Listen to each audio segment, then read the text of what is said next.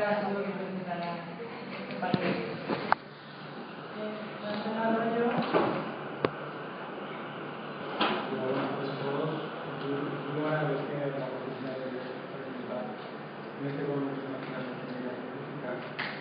Pues me gustaría un poquito explicar lo que es el fast track, esta palabra tan difícil, que también es la rehabilitación multimodal, que es la rehabilitación en castellano, y ver cómo lo hemos implantado y qué resultados podemos lograr.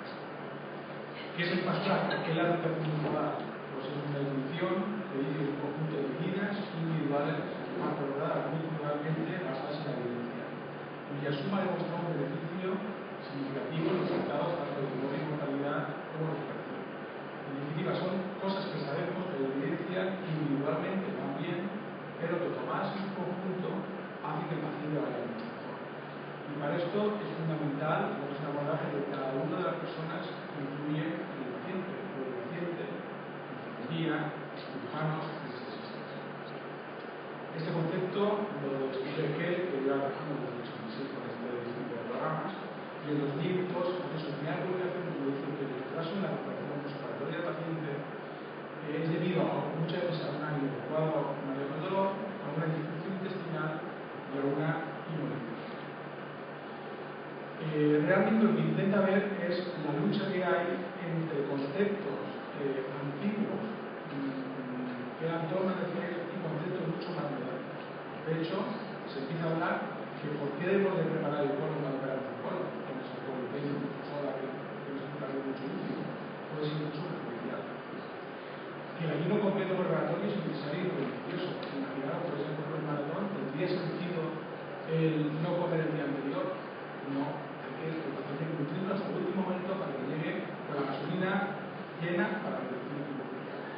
El empleo de sondas invernantes es restrictivo, no todo el mundo tiene que seguir con sondas, con guías, invernantes. El control de los postoperatorio es fundamental. Pacientes que implantan, están con dolor, no se pueden mover y eso va a peor para el paciente. Por lo tanto, el paciente lo debemos tener síntoma. Y hay maneras de tratar. Hay que optimizar y adaptar la fisioterapia. Cuando hemos empezado a hacer controles de lo que realmente necesita el paciente y lo que realmente le ponemos durante la intervención quirúrgica, hemos empezado a ver que los pacientes se les pasaba una intervención de 3 o 4 litros. Cuando hemos empezado a optimizar, hemos visto que por 1 litro la mayoría de los pacientes es suficiente. Estamos hidratando en exceso al paciente. Es una fase que se ve mucho de encharcar al paciente, se hidrata demasiado al paciente. La cirugía debe ser lo menos invasiva posible. Actualmente intentamos hacer lo máximo con la laparoscopia. Hasta que llega poco tiempo, cuando tú decías que la laparoscopia te miraba todo el mundo mal. Los anestesistas, la enfermería y tu propio compañero. Ahora pasa por contrario, cuando ven que uno maneja la laparoscopia, se prefiere que se le parezca a pacientes con la laparoscopia. Hay que movilizar lo antes posible, porque ese es un tratamiento del paciente que en campo, la semana, casi atado, es importante, el paciente sale lo antes posible. Y la alimentación lo antes posible, sabemos que es mucho mejor que dejar a un paciente en ayunas por 1 semana hasta que se recase. Por lo tanto, como decía Einstein, que es una locura. La locura es hacer siempre lo mismo y esperar resultados diferentes. Siempre se empieza, pero el loco era la persona que intentaba cambiar cosas y hacer cosas novedosas cuando debe ser lo contrario. Y existen en la literatura un montón de grandes locos. De hecho, Galileo Galilei fue perseguido por la Inquisición y luego fue una persona que aportó mucho a la ciencia.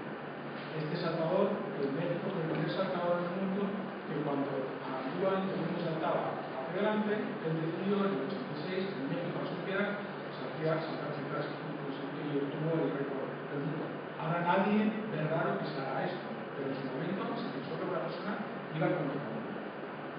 Por tanto, este grupo es un grupo nacional de estudio, implantó en España en 2008 esta forma diferente de manejar al paciente en el perioperatorio. ¿Qué hacemos?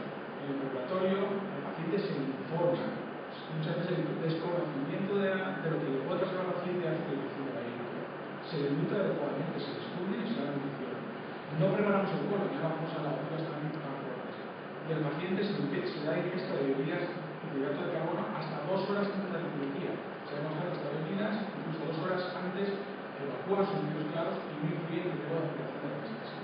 Intraoperatorio, se evitan drenajes, se evitan las ondas nasogástricas, se evitan técnicas laparoscópicas, incidentes terapéuticos, la analgesia epidural es fundamental, evitar hipotermia.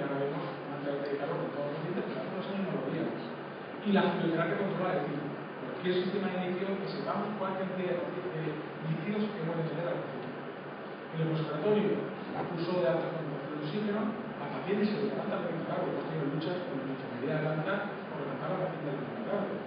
Y hago test energéticos que la paciente empieza a beber la miocardio.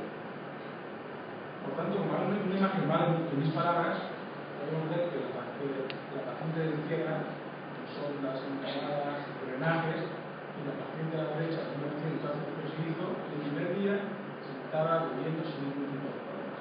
Tenemos que ir hacia eso.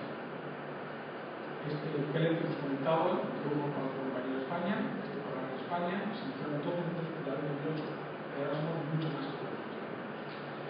Y he querido, dado que se preguntaba la implantación de resultados de este terapia de los pacientes, intentar resumir brevemente por el tiempo que tenemos cuáles son nuestros resultados.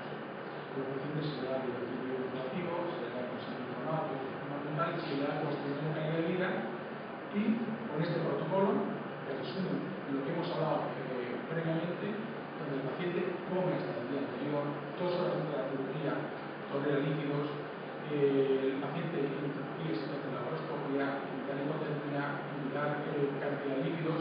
Por la tarde de la operación, el paciente se levanta, empieza a beber, y si va todo bien, el paciente al tercer o cuarto día se puede ir a casa sin ningún problema. Estamos hablando de resecciones intestinales, con el famoso informe que se le daba miedo, el paciente empezaba a beber.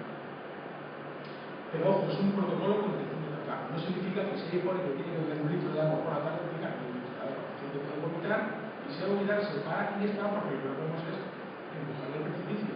Hay que tener un punto para el recurso. También todo lo contrario, si el paciente está un poco nauseoso, no significa que hay que dejarle en dieta absoluta hasta el día siguiente.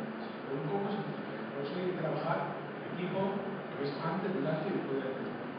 Y el paciente se va de alta, da igual que sea el tercer, cuarto, quinto, octavo día, sino que el paciente está comiendo, está con energía oral, tosea y no tiene náuseas y se quiere ir a casa. ¿Qué resultados tenemos?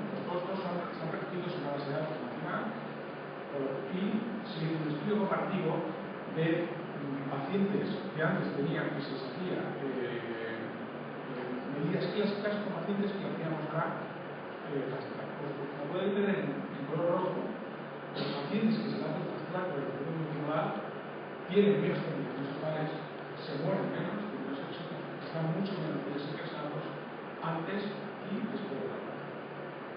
Como pueden ver en esta gráfica, la estancia en los pacientes que hacen track, sobre todo son los primeros días, y antes pasaba que esta elevación era en invierno. Si vemos por qué no se van los pacientes que se espera bajo este régimen de fast track, podemos ver un alto porcentaje porque se llega a irse porque el staff es todavía el staff tradicional y le cuesta mandar a casa alta o por prueba social. Realmente por problemas médicos solo es un 20%, no aumenta el riesgo de complicaciones que hagamos el tipo de tratamientos. Si comparamos un estudio alemán de 2.427 pacientes que compara con el grupo de vías pequeñas de pacientes, podemos ver que la probabilidad es similar, es similar. Existe una revisión por Cran del 2011 donde ya dice que hay evidencia que se disminuyen las complicaciones y existe una reducción de las estancias postoperatorias. Y recientemente, el año pasado, ha salido un meta-análisis con 13 estudios randomizados con casi 2.000 pacientes randomizados, donde claramente demuestra la ventaja de este régimen frente a las medidas convencionales. Pero ¿qué dificultades hemos tenido? Pues fundamentalmente nosotros mismos, nuestros compañeros, anestesistas, enfermería, dirección, porque costaba luchar contra eso. Y costaba luchar contra las medidas clásicas que hemos tenido. Si vemos, por ejemplo, de los tratamientos que hacemos, podemos ver que, por ejemplo, en la inflamación respiratoria sí que hay un control bastante de casos. Pero, por ejemplo, darle el PPR antes de la operación solo si hay gente que lo cumple. Y esto es dentro de gente que estamos implicados en este tipo de problemas. O sea, es difícil implantar este tipo de cosas, incluso en gente que no son. Por ejemplo, el cardiocuque, la fluidoterapia intraoperatoria, solo se cumplían 46% de pacientes. La mayoría sigue haciéndolo ahora. Por la sonografía levantar el paciente al implantar es solo un 44% de pacientes, realmente no se calcula. Y en esta todo lo mismo, por estar tan desconectado. Todo esto se está invirtiendo y cada vez se está cumpliendo mucho más. Pero también hemos visto que el tamaño de complejidad del hospital también crea dificultad. Hemos comparado hospitales pequeños con hospitales grandes y hemos visto que el hospital de Pelín se cumplen más los criterios. Hay menos complicaciones y hay mucho menos estancia. Hay gente que son una hospital mucho más familiar y mucho más cercana, donde existe mayor comunicación y donde es mucho más fácil implantar este tipo de cosas que en un hospital donde cada día llega un quirófano, un anestesista, una enfermería, unos ATS de planta y cualquiera de los otros. Para terminar, porque vamos mal de tiempo, quería recuperar, quería concluir que el Fast Track para la administración multimodal se asocia con una estrategia preoperatoria y postoperatoria mucho más grande. Que tiene el seguro, sin que sea miedo, que puede ir seguro y seguro que cuidado. No, pues es igual de seguro que el otro. Y además tenemos índices de monomortalidad de readmisión mucho más bajos que en casos de medidas tradicionales. Todavía el índice de cumplimiento de esos índices todavía es bajo y tenemos que intentar conseguir el 100%. Y la anestesia regional y la ingesta precoz es una de las cosas más difíciles de cumplir. Tenemos una página web del grupo donde se está todo, y quiera consultar, muy interesante, y se puede informar de